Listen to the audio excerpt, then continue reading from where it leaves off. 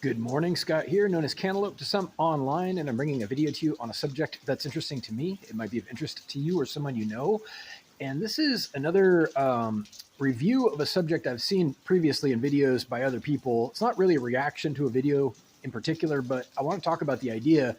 I just also want to make it clear it's not an original idea of mine. Other people have covered it and are covering it currently. It's the idea of shadow promotions in the workplace. Shadow promotions. Been hearing a lot of talk about shadow things here and there, whatnot, shadow banning, shadow rules, shadow licensing, and there are also, turns out, shadow promotions. What is that? And it's actually, I have experienced this. It's where you get hired on at a particular pay rate or job description, such as at an intern level where you are on a probationary pay schedule, and then inexplicably your workload starts to increase, or your responsibilities, your role changes. But there's never been, a performance review or a supplemental interview where you agree to a new pay schedule.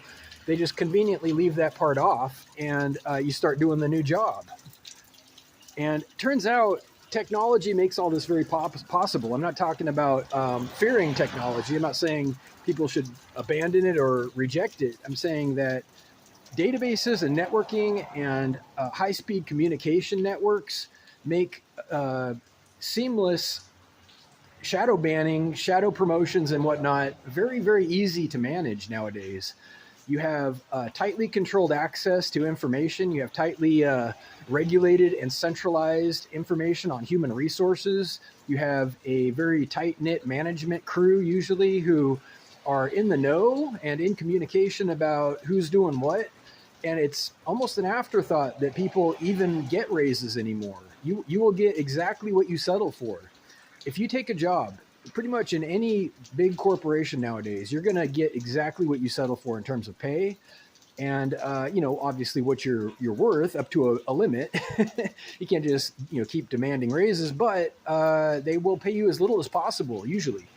If you're content to sit there at an intern pay rate, you will find yourself managing a whole department potentially. And I've done this. I've taken a job as an implementation specialist, and suddenly I'm the IT director with a crew under me, and I'm still making probationary entry level salary. And there was never any discussion about it, never any performance review as mentioned. And it's this has been going on for a long time. So keep your eyes open. If you work in an office, if you work in any place where they're on a tight budget, which is pretty much every company you can imagine, you're probably going to have to fight for that pay raise. You're going to have to, either threaten to quit or actually quit and be hired back on. Unfortunately, you got to fight for that stuff nowadays, because you can almost count on getting a shadow promotion before anything else.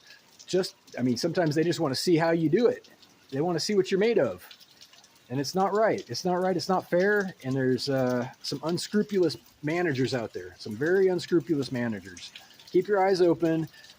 Demand nothing less than what you know you're worth, or move on to some other job or whatever, Figure it out. You will get what you settle for. Nothing more, nothing less. Reach out if you like with questions or comments to whitehotrobot@gmail.com. Thank you.